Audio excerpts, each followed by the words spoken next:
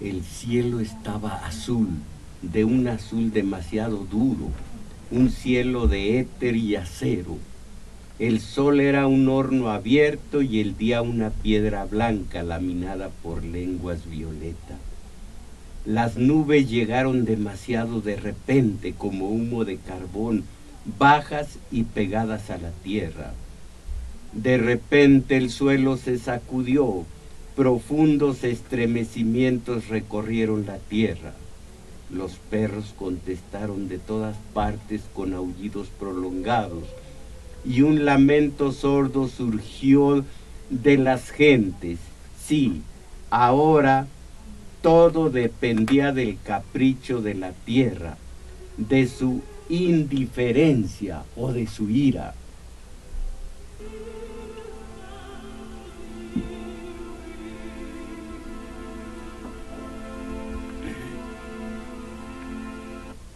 México, 19 de septiembre de 1985, 19 de septiembre del 2010. Paisanos, tengan presente, no se les vaya a olvidar, no se les olvide que esta es una fecha triste de recordar. Y cómo pudiese ser de otro modo si fue un día como hoy, pero de hace ya un cuarto de siglo, cuando esta nuestra casa común, la que habitamos, amaneció a ser lo que desde entonces ha sido y no ha dejado de ser, la herida que no cesa, y el llanto y el duelo colectivo por la tragedia descomunal. Ello por más que nuestra falta de memoria.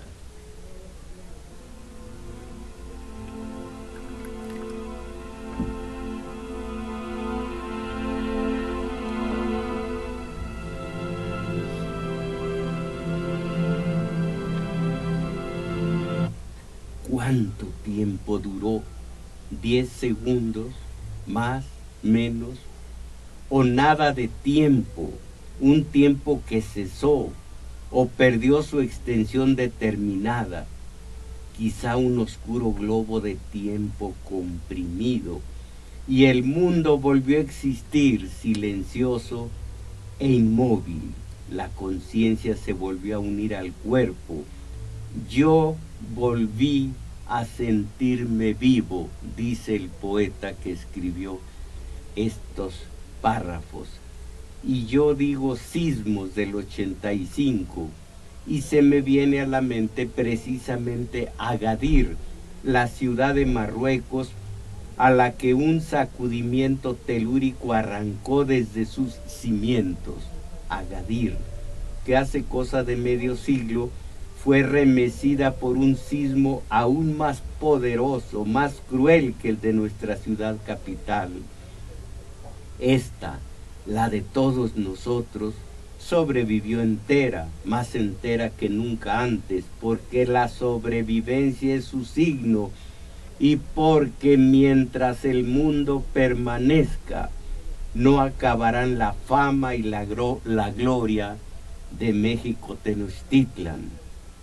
Pero la ciudad marroquí, fue destruida, pero la nuestra se irguió, saturó sus mataduras y siguió fiel a su inmutable destino, sobrevivir, altiva, inmutable, eterna, México.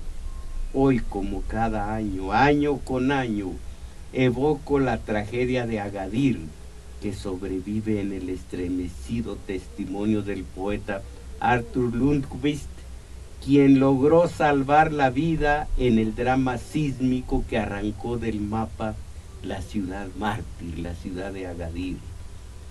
Libérame de la muerte viva, libérame de la vida en la muerte, libérame de la vida y de la muerte. Días después, el silencio otra vez.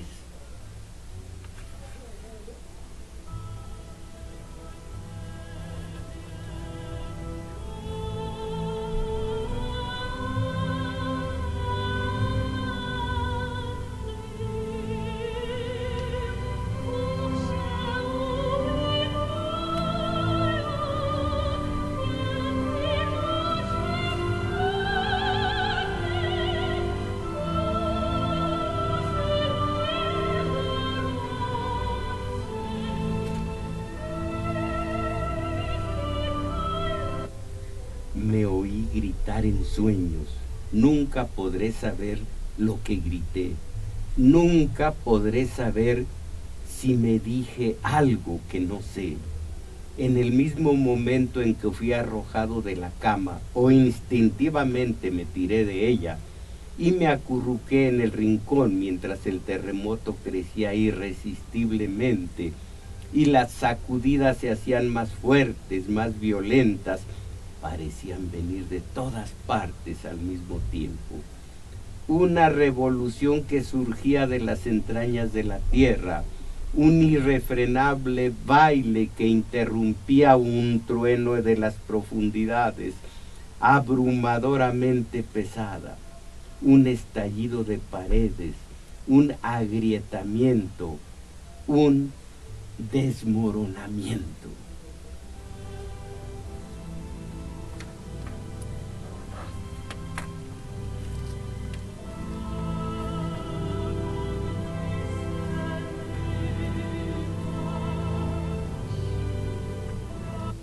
Días después, ya vuelto a Suecia, su país, sobre la experiencia traumática del derrumbe de toda aquella ciudad, creó un extenso poema, vívido, lírico y visceral, para cumplir un deber para conmigo y con los demás, tanto para con los sobrevivientes como con los muertos de Agadir. Y así tituló su poema, Agadir. Hoy mismo, mis valedores, con fragmentos del poema, recuerdo, honro, testimonio, ofrezco mi homenaje a tantos que sucumbieron bajo las furias del sismo que acalambró los entresijos de nuestra ciudad. Por cuanto a Agadir, la desventurada, aquí van algunos fragmentos del poema de Lundqvist que invito a repetir conmigo en silencio tal vez. Oigan esto. Y la desolación, por todas partes huellas de la mano de la muerte, la descarga de la rabia, muros de piedra lanzados al lado opuesto de la calle, como con una burlona carcajada todavía audible, bugambilias en flor que se inclinaban como incendios triunfantes sobre las casas destruidas. Libérame de la muerte viva. Más insoportable que la locura es esta tumba en las tinieblas. Las piedras me cubren y me rodean, piedras derrumbadas. No hay aire suficiente ni para que respire una rosa. Asfíxiame de una vez, como un lazo, como unas manos estranguladoras. Ahógame, aplástame con un bloque de piedra. Todo menos esta espera en la nada, esta tortura en el ara del sacrificio. Arranca ya el corazón de la víctima, clava ya el cuchillo de piedra. Es preferible una lucha a muerte que este cautiverio. Y el final, que me parece espléndido, oigan esto. Agadir nunca más. Agadir para nosotros, siempre en nosotros. Ciudad blanca de vida y de muerte, vida y muerte unidas en un solo cuerpo. Agadir, hundido ya en el pasado, espejismo eterno ante nosotros. Agadir, preparación, advertencia de lo que quizá nos espera, la gran aniquilación, el mundo en ruinas, la tierra desolada, solo el humo de la muerte desvaneciéndose en el espacio. Nunca más, para siempre, Agadir. Ellos, o mejor aún ustedes, los caídos del Jueves Negro, son todos presencia en la memoria colectiva. Ustedes, todos, a su memoria.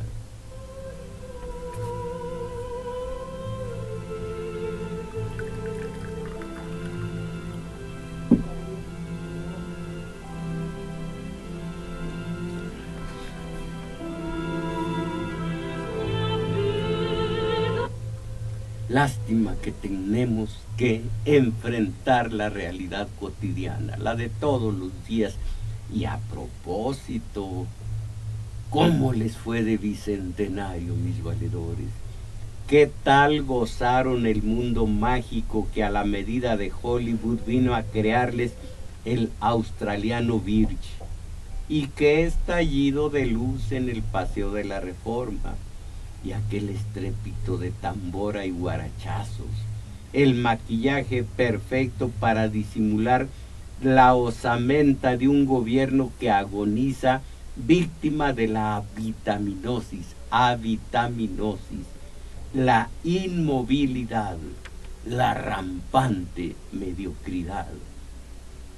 El mago australiano creó de la nada un espectáculo surrealista, tropical, a la altura de país tercamente inmaduro. Como Mojiganga Disneylandia, el show, dicho a propósito, al nivel de gringos de segunda, el show logró aturdir a unas masas ubicadas en el sentimiento trágico de la vida, que necesitan fugarse de alguna forma, a base de alcohol, de droga, de espectáculos de esta naturaleza, fugarse, repito, de una realidad agobiante. Y Rich Birch cumplió con el montaje de un alaraquiento mundo de fantasía y embelecos para el asombro, el aplauso y el placer de unas masas que por esas arrobas de confeti, serpentinas, pólvora y disfraces lanzaba el o, a, u, o, a, o si no, más a lo gringo de segunda, guau, porque nos enseñaron a ladrar, guau, mira, mira mi amor, guau, querido. Bueno, al mirar aquellas coreografías, muy a lo Amalia Hernández, coreografías de esperpentos y sombrerazos, con sus 3, 4, 7 salarios mínimos, estos compas y usted, Crescencio Suárez y yo y todos los que nos escuchan, pagamos con 3, 4, 6, 8 salarios mínimos. Una factura, ustedes saben la cantidad de 3,000 millones de pesos. Esto tuvimos que, iba a decir apoquinar, tuvimos que aportar para los mercachifles y truchimanes. Esto pagamos por tal mercancía. Mercancía recibida durante unas horas por unos del ájale, de traficantes del espectáculo frívolo, frío, vacío, hueco, güero, como se dice de los huevos, güero totalmente. Porque antes del estallido de cuetones y de espectáculos de esa naturaleza, antes, ¿qué era México? Vino esa tarde, vino esa noche, vino esa madrugada, vino el desfile, y después, ¡viva México! ¿Cómo? ¡Ah, México! Y a propósito, mis valedores, ¿algún comentario? 55 36 89 89.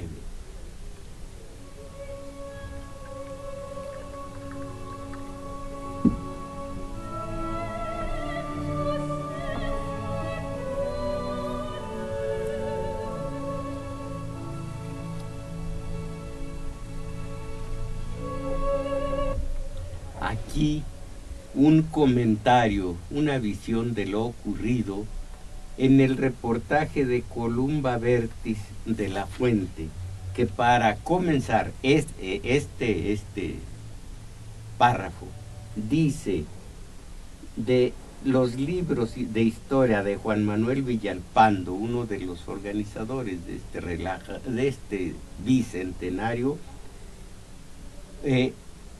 sus libros adolecen de datos y bibliografía.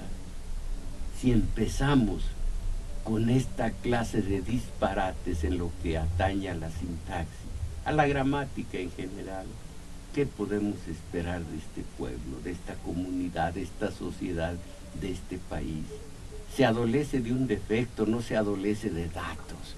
Bueno, pero los historiadores Alfredo Ávila, Ariel Rodríguez Curi y Guadalupe Jiménez Codinach coinciden en que el gobierno no tenía idea de cómo festejar.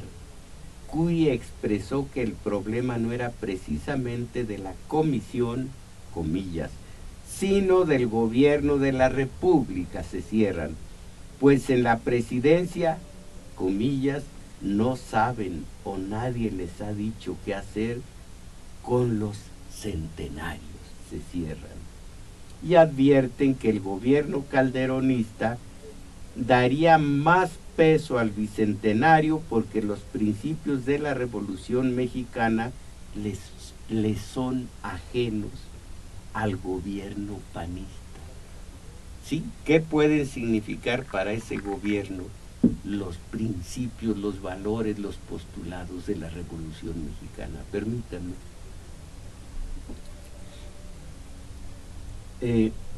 Jiménez Codinach, especialista en la época de la independencia, no coincidió y enfatizó que tampoco se celebraría apropiadamente el bicentenario porque se estaba haciendo puras obras de relumbrón para la foto, pero nada para avanzar en la solución de los problemas de injusticia social, desigualdad y soberanía. Y pregunta, ¿dónde está nuestra independencia? ¿Qué hemos hecho de nuestras playas, de nuestro territorio? Venderlo y cambiar y arreglar la Constitución, hacer trampas para que se pueda. Eso es la independencia, es eso amor a la patria.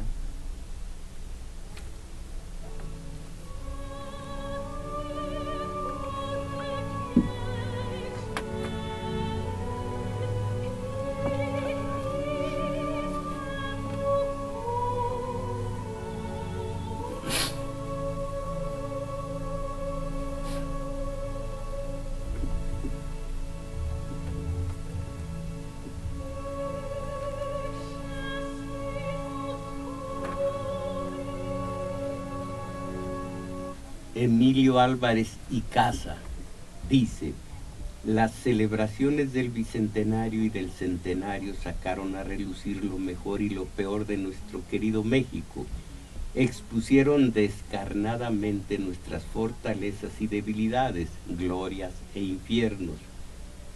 Por momentos los mexicanos nos sentimos en la gloria, aspirando más a nuestros sueños que viviendo nuestras realidades.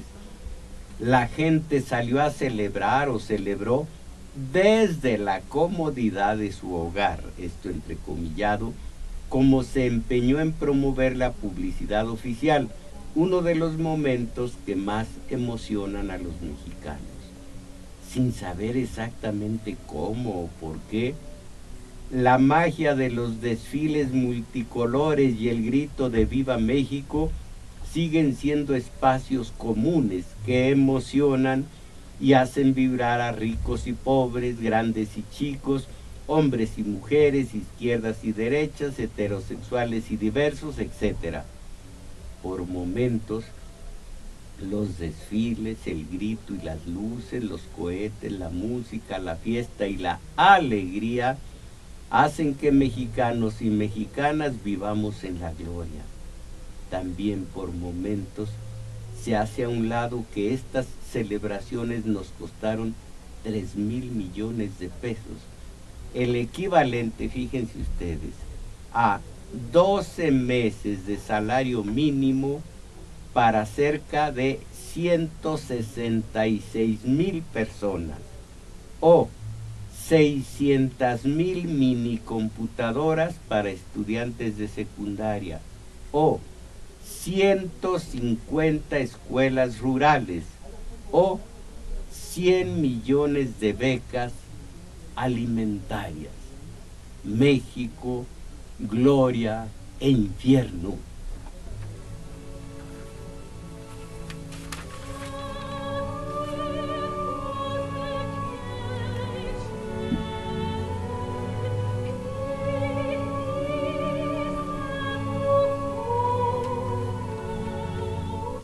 Hoy domingo, el día de hoy, Álvaro Cueva. Pero la peor parte de los festejos fue la del Zócalo, con los ricos viendo a la chusma desde los balcones de Palacio Nacional. Fue una de las imágenes más grotescas que le pudimos haber regalado al mundo. ¿Cómo podemos presumir de ser una nación democrática si en los festejos del bicentenario de nuestra supuesta libertad a los poderosos les dio miedo mezclarse con el pueblo y a los pobres se les negó el derecho de ir a la más pública de las plazas que tenemos en México? ¿Cómo? Y Nicolás Alvarado, la noche de las metáforas, las muchas ganas de festejar, las tantísimas ganas de festejar, la necesidad imperiosa, desesperada, desesperanzada de festejar. Aunque lo que festejemos sea un pasado remoto y que conocemos mal, y no un presente convulso y que nos atemoriza, y que por cierto también conocemos mal. Aunque el horno no esté para bollos, aunque la consigna sea despilfarre ahora, pague después, si es que hay un después. Aunque nadie se haya detenido bien a pensar qué carambas, bueno, esto lo digo yo, qué hay que festejar, ni cómo sería mejor festejarlo. Viva la catarsis colectiva, pero inconsciente. Viva México. La fiesta como procedimiento médico. Solo que se antoja difícil tratar una herida que no ha sido correctamente diagnosticada. Solo que se antoja imposible salvar a un paciente que no clama por antibióticos ni por cirugía, sino apenas y a veces por morfina. Viva la obturación, viva el analgésico, viva México.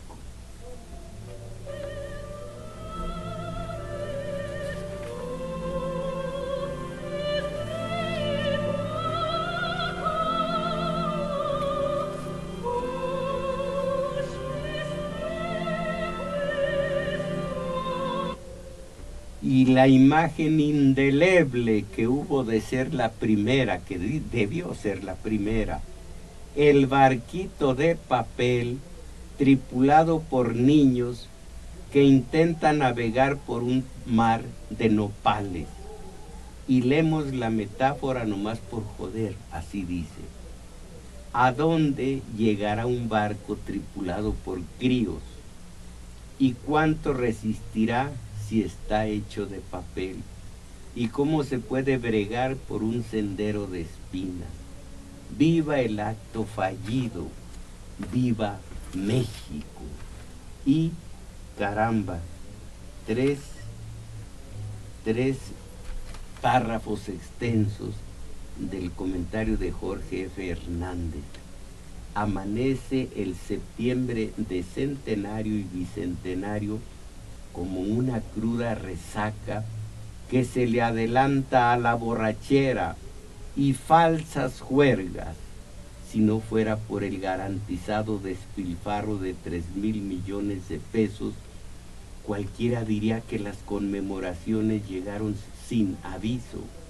La vergüenza de gastar millonadas en fuegos fatuos, y coreografías efímeras en medio de un país azotado por la pobreza, mancillado por el imperio del crimen y secuestrado por la banalidad amnésica e ignorante de sus políticos y poderosos.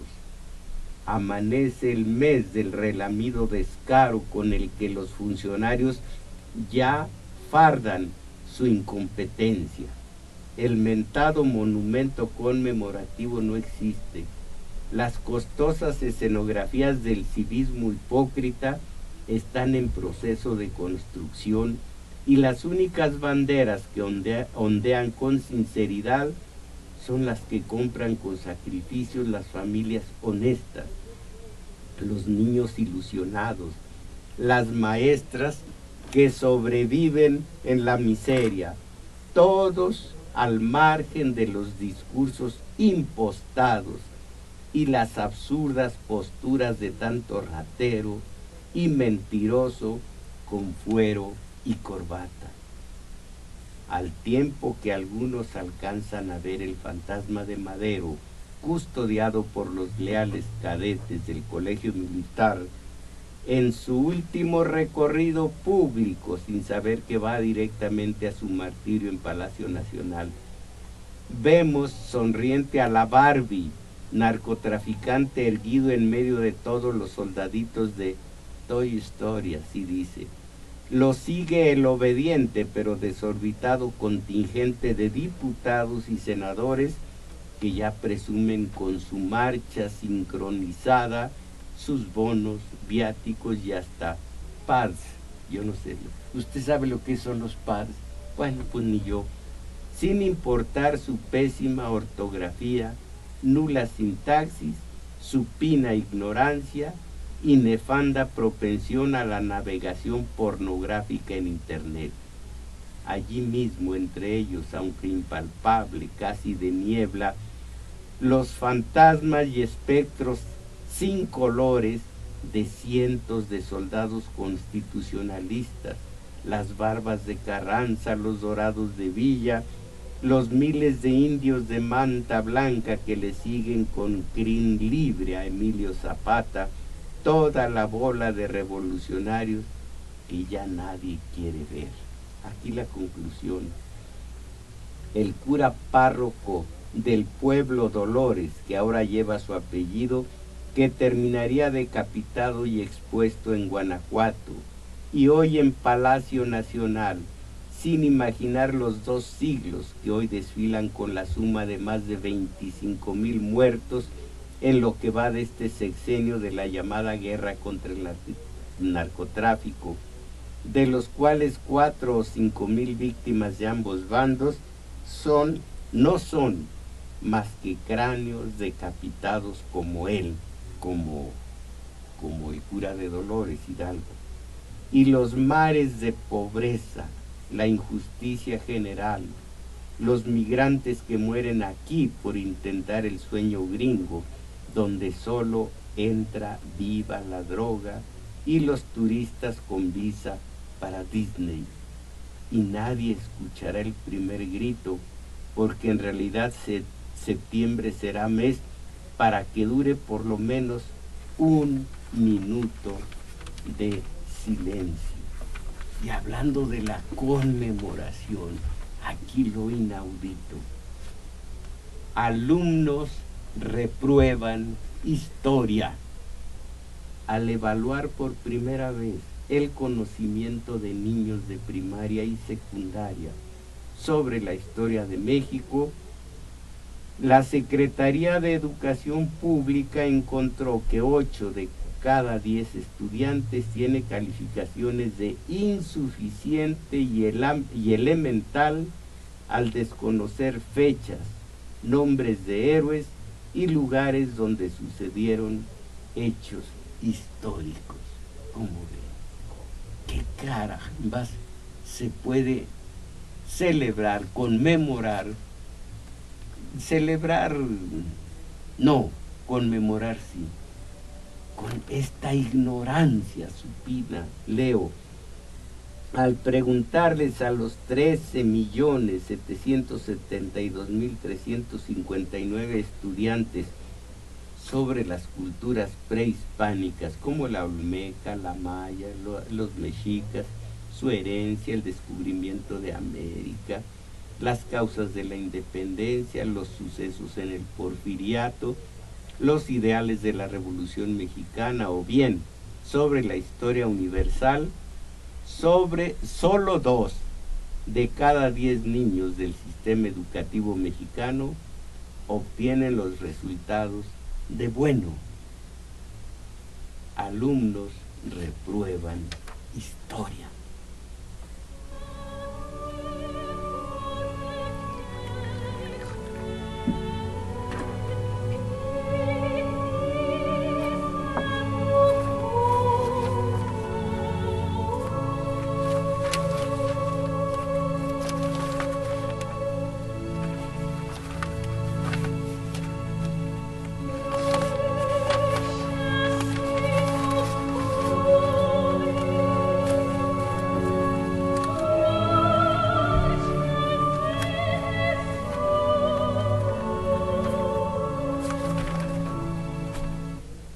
Héroes nacionales, ¿quién los protegerá? Este es un reportaje del pasado viernes de Vicente Gutiérrez. ¿Quién los protegerá? Morelos, Hidalgo y Zapata son algunos de los personajes utilizados para vender productos en el marco de las celebraciones. Leo: frijoles, chiles, salsa, bolsas de hielo, una cerveza, playeras, calcetines, broches, platos y vasos para fiestas infantiles, y hasta pizzas utilizan la imagen de diversos héroes y símbolos patrios para aprovechar la mucha o poca pasión por el bicentenario. Del centenario de la Revolución no se habla. Algunos lo ven como una buena idea, pero otros no están tan de acuerdo, como la historiadora de arte Teresa del Conde, mujer de todos mis respetos y a la que quiero mucho, como la historiadora de arte Teresa del Conde, que dice: no lo veo bien, es absurdo que nadie proteja a los héroes, pues son personajes que hicieron nuestra historia. Diferentes empresas están utilizando a José María Morelos, Miguel Hidalgo y hasta Zapata como gancho de venta o promoción de mensajes corporativos. Y vienen comillas: después de 100 años, las imágenes personales pierden su exclusividad, los derechos de autor caducan, y hasta donde sé, dice uno de los mercachifles, y hasta donde sé, no existe ninguna ley que prohíbe el uso de las imágenes de los protagonistas de la independencia y la revolución. Licenciado y mercachifle, en fin, es lo que opina. Y, perdón, un cineasta: todas las personas que quieran pueden hacer su versión de los héroes, y no veo mal que pueda haber hasta calcetines de Morelos, perdón, hasta calcetas de Morelos. No, él no lo ve mal. Esto es México, créanme. Un traguito. Otra más: la avalancha de este tipo de productos ya invadió las tiendas y habrá que esperar la respuesta del público. Empresas como, no voy a decir cuáles, ya realizaron productos con las imágenes caricaturizadas de Josefa Ortiz de Domínguez, José María Morelos y Pavón y Miguel Hidalgo y Costilla para cierta película dirigida y producida por uno de los publicistas. son personajes que merecen un respeto y que se deberían de proteger, como sucede con el himno nacional o la bandera de México, dice un abogado. A ver, sí, pero él es uno de los que van a utilizar a los héroes, o me equivoco, ahora lo veo. Más productos patrios. Detrás de las empresas que utilizan a los héroes, también hay una cerveza que se llama Zapata, producida por la cervecería. ¿Cómo creen que se llama la cervecería? Revolución. ¡Qué bonito! Y luego, el secretario de Educación Pública asegura que hace unas semanas que no va a ¿Cómo? Alfonso Lujambio, secretario de Educación Pública, aseguró hace unas semanas que no va a intervenir a regular el mercado de los productos e iconografía que circulan por los festejos del Bicentenario. Dice, cada uno de los productos que se generan para simbolizar los festejos del Bicentenario son parte de la iniciativa social y de la inventiva de la gente, mientras su consumo dependerá de los gustos de cada persona.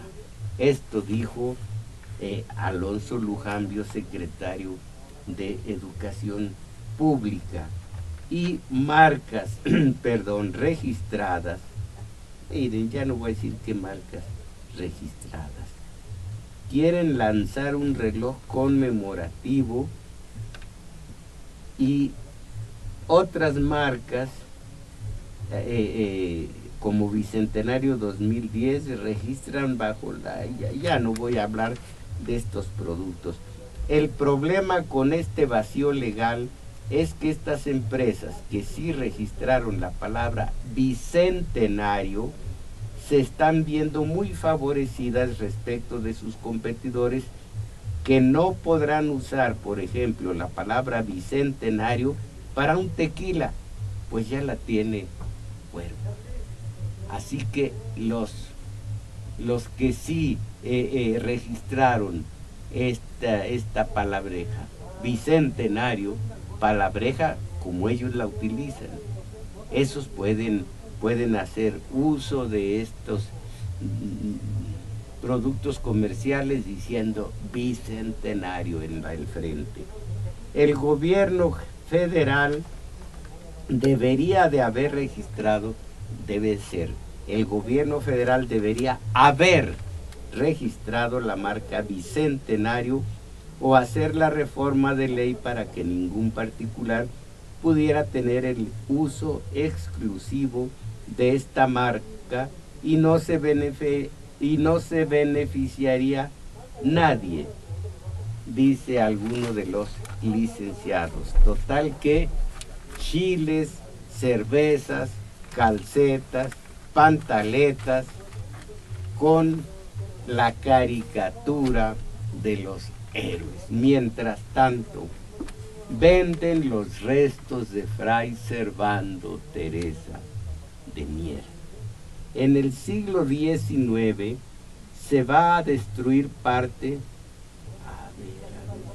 según se sabe, la zona que ahora ocupa la calle Leandro Valle eran los dormitorios del convento de la Orden de Santo Domingo, donde también había un panteón en el que se encontraban momias, y ahora hay una fuente. En el siglo XIX se va a destruir parte de las habitaciones, pero sobre todo está el panteón, y se van a encontrar momias.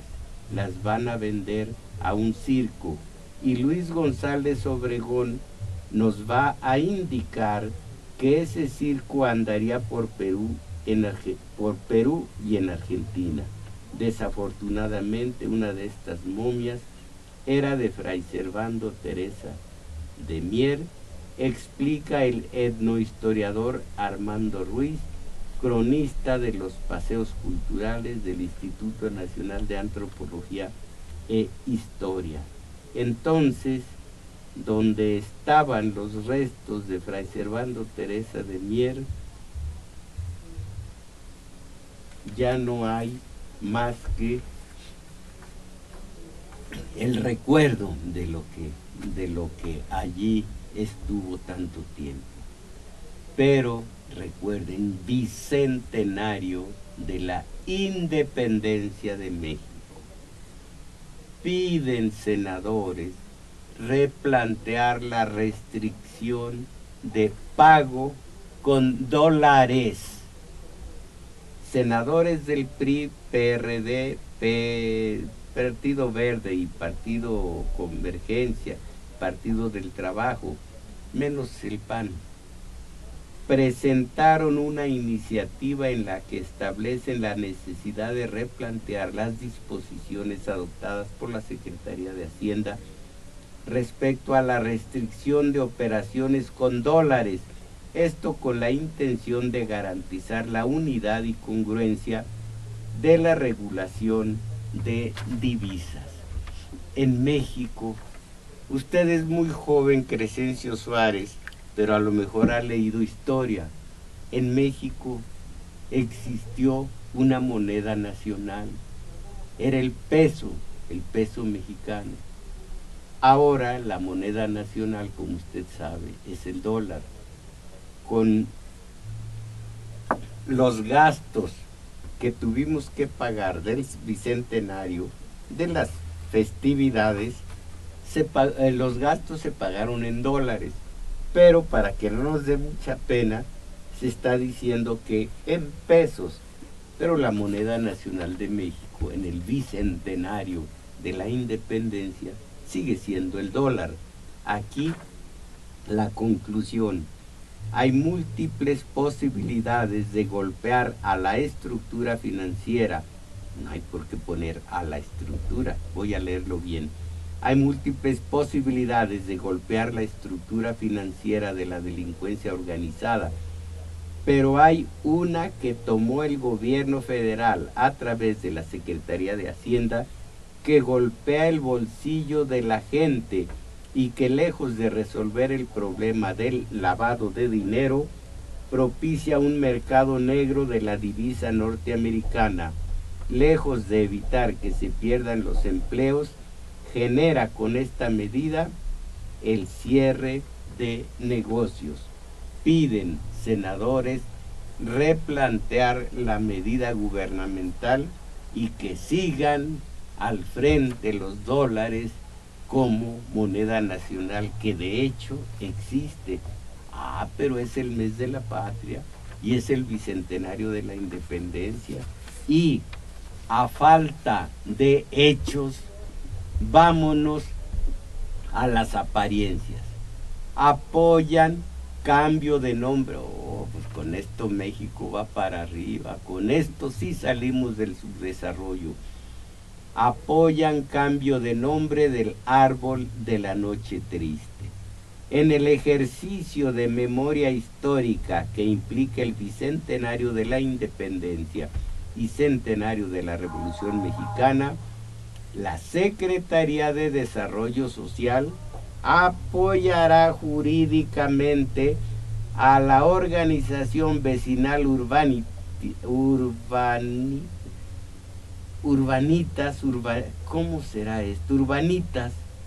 de la delegación Miguel Hidalgo, para cambiar formalmente la denominación del árbol de la noche triste por la de árbol de la noche victoriosa.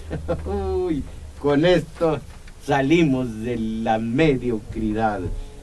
El argumento histórico que se tiene por parte de los vecinos para cambiar la denominación es que no fue una noche triste el día en que lloró Hernán Cortés, sino de alegría y victoria para los pueblos originarios de la Gran Tenochtitlan y de otras culturas aledañas, que imprimieron una fuerte derrota a los invasores. Fíjense ustedes lo que viene, que propugna la liberación de México de ese horror de título Noche Triste, porque estamos en la independencia y en la revolución. Miren, esto implicará abrir varias rutas con diversas dependencias locales y federales, se dijo.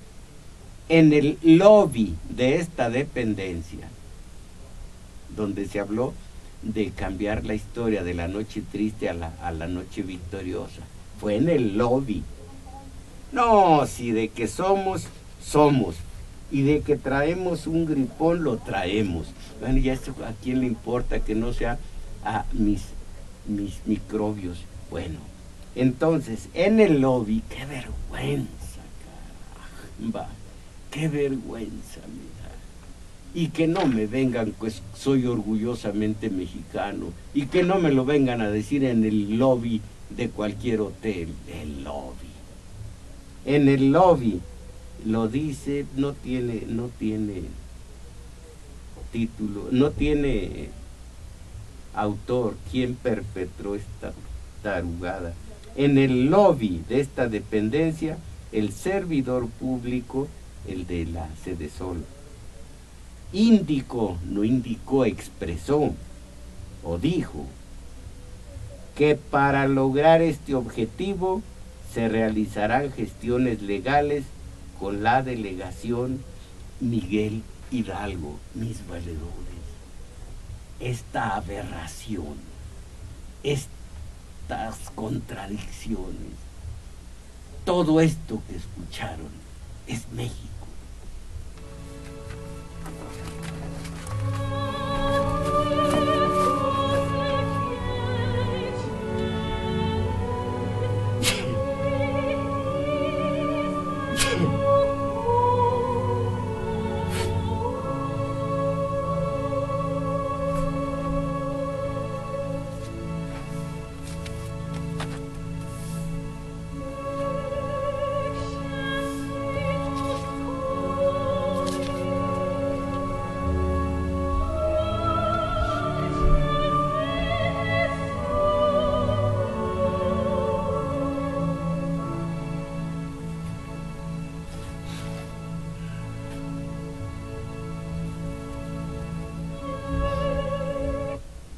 Bueno, pues taller de lectura hoy, como cada domingo, de 1 a 2 de la tarde, en el Centro Cultural El Juglar, situado en la calle Manuel M. Ponce, número 233, Colonia Guadalupeín, lo más cercano en Metrobús es Estación Olivo, bajarse, caminar hacia Revolución 2-3 cuadras, encontrarán un parquecito y en el flanco más cercano a la avenida Revolución está el Juglar.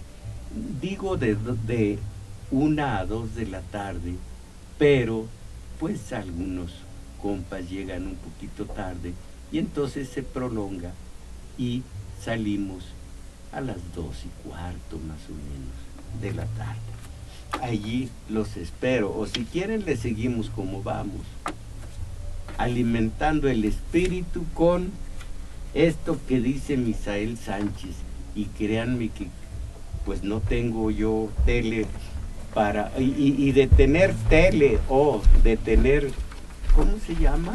Pantalla de plasma, mal rayo me partiría si me pusiera a 2 nalgas a ver la televisión, Televisa o TV Azteca o todo lo demás, aunque me dicen que hay un Animal Planet y un, ¿sabe qué? Geographic, que me dicen que son valiosos. Pues sí, yo me lo pierdo porque no me voy a poner, yo que tengo una biblioteca, el que tengo una curiosidad bárbara de saber, a sentarme a ver lo que ven ustedes, como mi Maricel Sánchez, que dice: maestro, ¿es verdad que la figura horrible del coloso que pusieron en el Zócalo pertenece a Benjamín Argumedo, que es un personaje contrarrevolucionario y traidor? La nota salió en La Jornada. Pues yo también leí en algún otro periódico que sí que es Benjamín Argumedo, un desertor que se fue a servir se incorporó a las fuerzas de Victoriano Huerta. Y pues recuerden el corrido: antes de llegar al cerro, Valentín quiso llorar, madre mía de Guadalupe, por tu religión me van a matar. Allí está claramente qué y quién fue Benjamín Argumedo. Elizabeth Pérez de San Lucas, 1, envía felicidades por su, quién sabe, ya me imagino, por mi cumpleaños, que es pasado mañana. 2, saludos de su tocayo, Héctor Ulises, que también es del 21. Válgame, pues ojalá que pudiera estar ver a Héctor Ulises, que creo que es un niño, y que cumple años como yo el 21, nada más que yo cumplo como 6 o 7 más que él. Saludo de sus valedores y que Dios lo bendiga. Elizabeth Pérez. Ya no tenemos mucha comunicación con San Lucas Amalinalco porque no tenemos mucho efectivo después de que entregamos lo de las láminas de la Sierra Norte de Puebla, y luego a los familiares de los presos del Cerezo de Oaxaca, 1, y 2, que ya productos como algo que me parecía horrible, pero las compas de San Lucas Amalinalco lo pedían. Ya, ropita vieja, ya no. El centro de acopio ya no es más que de efectivo. ¿Quieren ustedes aportar algo? Yo estoy desfalcado. Aportar para todos estos compas que lo necesitan. Hay una cuenta de Banamex en la sucursal 515, que es 70 79 613. Más detalles e información de lo que pidan ustedes al 56 52 00 26, Centro de Acopio. Virginia Campos, maestro, le mando una felicitación por su cumpleaños este 21 de septiembre. Goce de salud y que lo friegue. Ya no, más friega ya no. Mire, me pegaron esto y ando a gritar. No dice friegue, que lo festeje, perdón, en compañía de sus seres queridos. Gracias. Juan Sánchez Cisneros. Señor Mujarro, más daño nos han causado estos gobiernos que nos impone Washington, principalmente este que ya nos hundió en la miseria. Eduardo Perea, de Zumpango, Estado de México. Ya sabemos todo lo del fraude publicitario del pasado 16 de los López Dóriga. Ay, no me digan esos nombres aquí frente a este micrófono. Este micrófono sigue siendo altivo, sigue siendo esencia de nuestra Radio UNAM. Brinco eso para decir, ¿por qué no habla del extorsionador Grando del mundo que está aquí? El extorsionador más grande del mundo que está aquí, el Gordo Slim. Esto del gordo. Bueno, Manuel Rodríguez, deseo solidarizarme con lo expresado por mí, y quiero adicionar una opinión. Tal parece que en México no tenemos artesanos y artistas con la imaginación suficiente como para hacer unas fiestas propias sin recurrir a creativos extranjeros. Bueno, Renata Sánchez, ¿cómo fue posible que haya llegado una hora después Calderón, teniendo detenidas a todas las tropas e invitados internacionales? Válgame, de veras que estoy fuera de la jugada. De todo lo que hablen ustedes que vieron en la tele, pues a mí me cae de sorpresa. Agustín Mondragón, del Centro. Calderón hoy festeja las bodas negras del desastre del 19 y 20 de septiembre del 85. La televisión se estima con palabras falsas y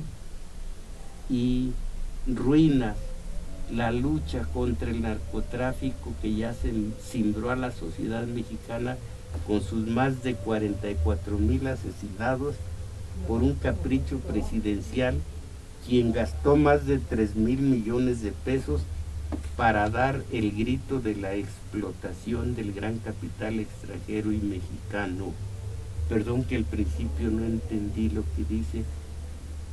La televisión se estima con palabras falsas. Bueno, gracias, es que es grafía de 3 compas que ayudan. Está, como siempre, Jenny Holguín, y le auxilian Daniel Cruz y la señora Elizabeth. Carlos Mendoza de Coajimalpa, saludos. Esos miles de millones de pesos mal gastados en cosas efímeras, más hubieran servido en una universidad para los jóvenes y que no encuentran cupo para estudiar. Sí, Lourdes Ríos, también la Virgen de Guadalupe las usan en sábanas, colchas, calcetines, y en Estados Unidos vi ropa interior de varón con todos los símbolos patrios como el hemiciclo a Juárez, la bandera y todos nuestros héroes, lo cual descalifico. Gracias a la familia Álvarez, felicitaciones, Victoria Guerrero, Elena Cruz Sánchez, Emiliano Santiago y la señora Rodríguez. Esto fue todo por hoy.